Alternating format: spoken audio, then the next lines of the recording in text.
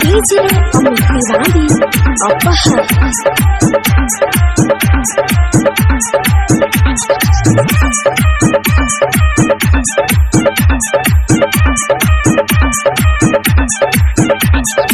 देबारा के भूख बिया गरिया हो, देबारा के भूख बिया गरिया हो, जाए खातिर देव घर ना गरिया हो, जाए खातिर देव घर ना गरिया हो, किन दिही गेरुआ सरिया हो, किन दिही गेरुआ सरिया हो, जाए खातिर देव घर ना गरिया हो, जाए खातिर देव घर ना गरिया हो।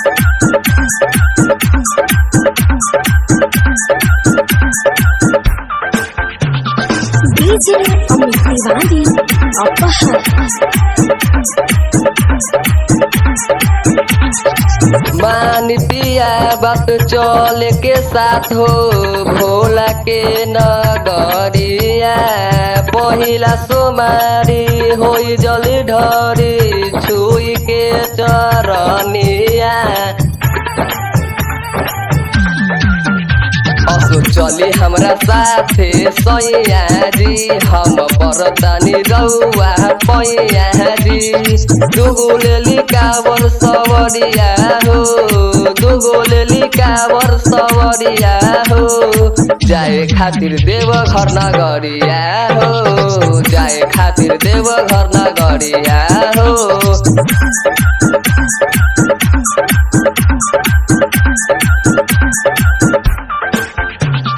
DJ Amit Tiwari Apahar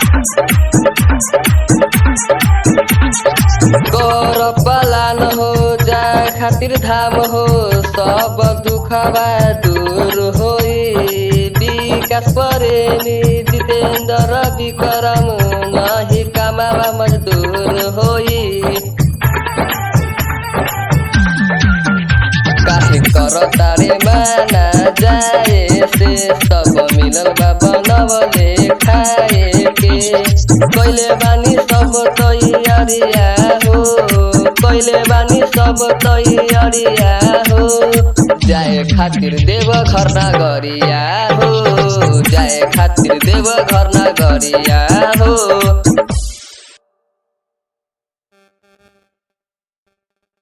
वाह।